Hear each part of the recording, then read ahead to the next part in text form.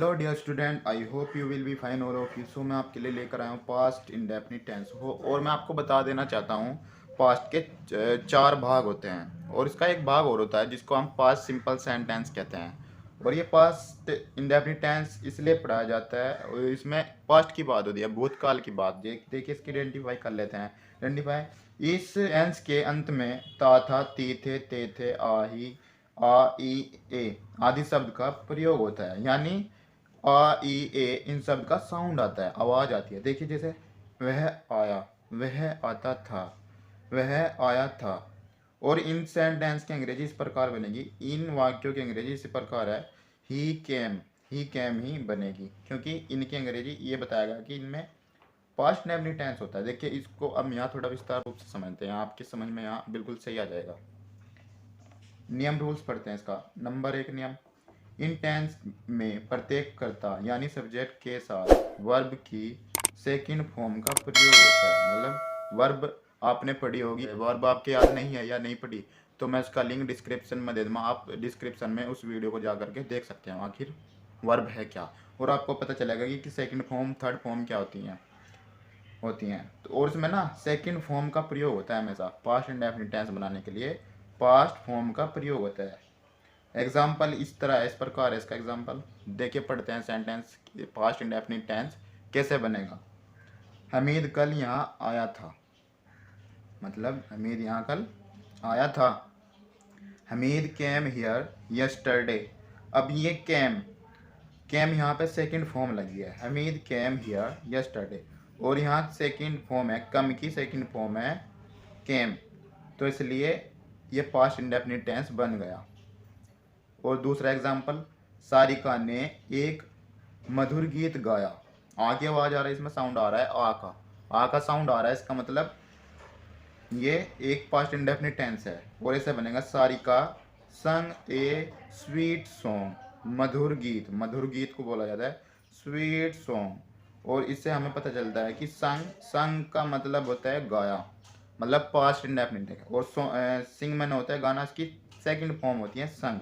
ये यहाँ पे सेकंड फॉर्म लगाई गई, सेकंड फॉर्म लगाई गई है, और इसको हम इससे पहचान सकते हैं कि ये पास्ट इंडेफिनिट टेंस है। देखिए, और ये तो हमने इसका सिंपल तरीका पढ़ा, अब इसका नेगेटिव पढ़ेंगे। नेगेटिव टेंस बोलते हैं नकारात्मक वाक्य, और नकारात्मक वाक्य के बनाने के लिए कुछ रूल नियम है। नियम इस प्रकार का है, नहीं के लिए पराये नोट का प्रयोग किया जाता है, और डिड नॉट के साथ क्रिया की फर्स्ट फॉर्म का प्रयोग किया जाता है। हाँ, और इसमें एक इम्पोर्टेंट चीज़ ये है, इसका रूल ये है, जब भी हम नेगेटिव सेंटेंस बनाएंगे, जैसे कि हमें कुछ ही मना कहा, जैसे कि हमीद कल यहाँ आया था, तो हमें बनाना है Hamid did not came here, Hamid did not come here yesterday, मतलब हमीद यहाँ कल नहीं आया था। तो कभी नहीं, देखो ये बहुत इंपॉर्टेंट चीज़ है यहाँ पे, कभी नहीं के लिए नेवर का प्रयोग किया जाता है। मतलब नेवर का प्रयोग किया जाए, किस लिए किया जाए, नेवर के बाद वर्ब की सेकंड फॉर्म को प्रयोग किया जाए, मतलब सेकंड फॉर्म लगती है इसमें। सिंपल देखो, अभी ये समझिए यहाँ एग्जाम्पल इस प्रकार है, कल बारिश नहीं हुई थी। मतलब पहले तो हम कहते कि बारिश हुई, कल यहाँ बारिश हुई है, वो ये हुआ है, तो हमें अब इसको नेगेटिव में बदलना है, मतलब नेगेटिव सेंटेंस है। नेगेटिव कैसे बनाना है, कल बारिश नहीं हुई थी, मतलब। और अभी मैंने आपको बताया कि अगर नहीं शब्द आए और पास्ट इंडेफिनिट टेंस हो, पास्ट इंडेफिनिट टेंस के लिए डिड नॉट लगेगा और वर्ब की फर्स्ट फॉर्म लगेगी इसमें। देखिए, तो कल बारिश नहीं आई, तो कल देखो, जो कोई नेचर टाइप होता है उसके लिए इट लगाते हैं, नेचर, जैसे कि माउंटेन्स हो गया, रैन, और हवा हो गई, एयर हो गई, इन सब के लिए हम इट लगाते हैं। It did not rain yesterday. और हाँ, इम्पोर्टेंट ये चीज़ है, जब भी डिड नॉट लगेगा तो वर्ब की ऑटोमेटिक फर्स्ट फॉर्म हो जाएगी, ना कि सेकंड फॉर्म लगेगी। और हाँ, भरत ने, ये दूसरा एग्जाम्पल है इसका, भरत ने कल पतंग नहीं उड़ाई, भरत ने कल पतंग नहीं उड़ाई। तो इस प्रकार बनेगा, भरत एक नाम है, तो ये सब्जेक्ट है, तो सब्जेक्ट ले लिया हमने। Bharat did not fly the kite yesterday.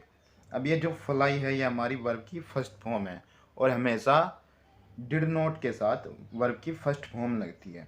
Third third example देख लेते हैं यहाँ। थर्ड एग्जाम्पल, तुमने मेरी सहायता कभी नहीं की है।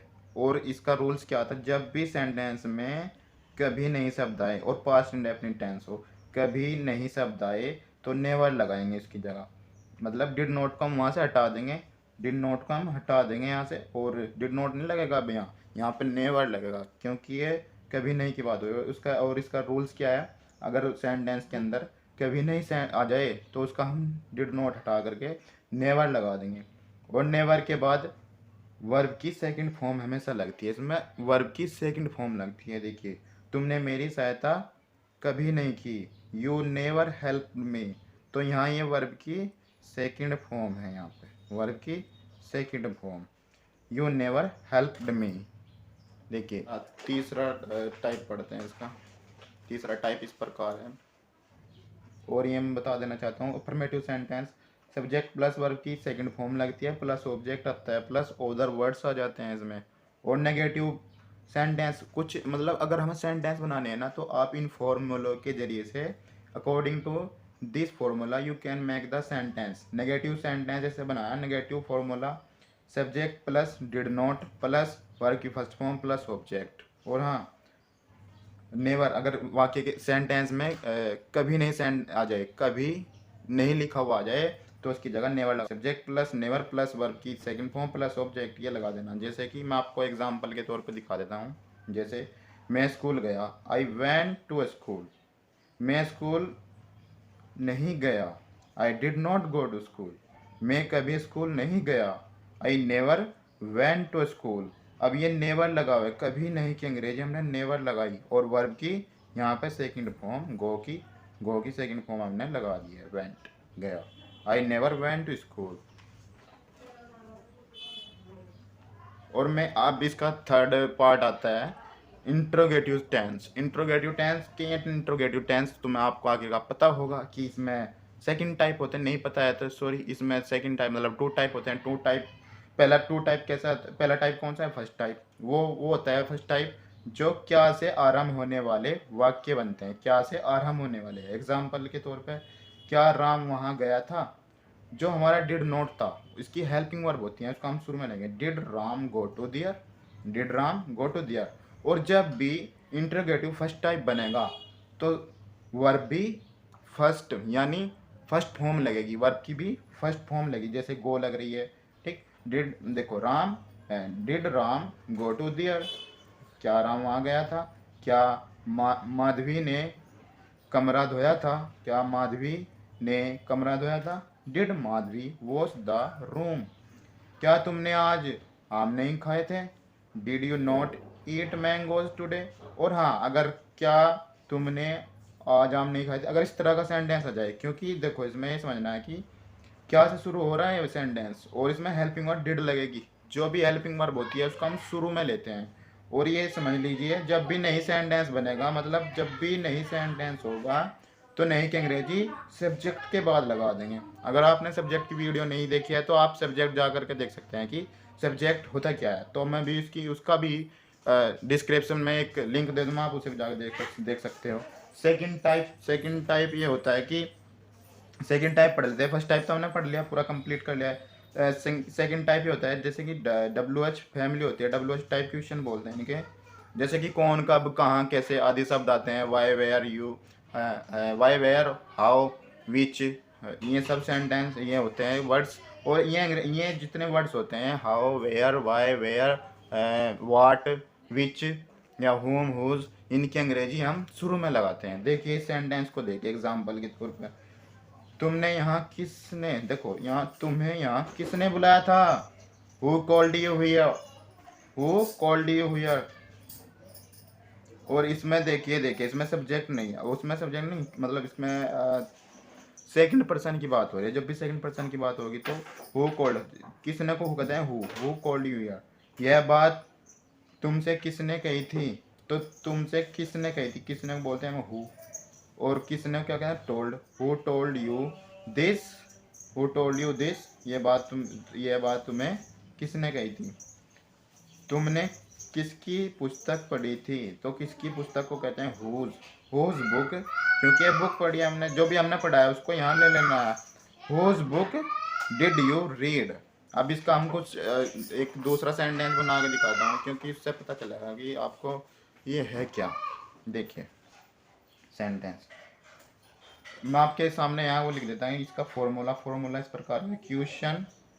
Question word plus did plus subject plus verb की first form plus object plus question mark, इस तरह बनेगी।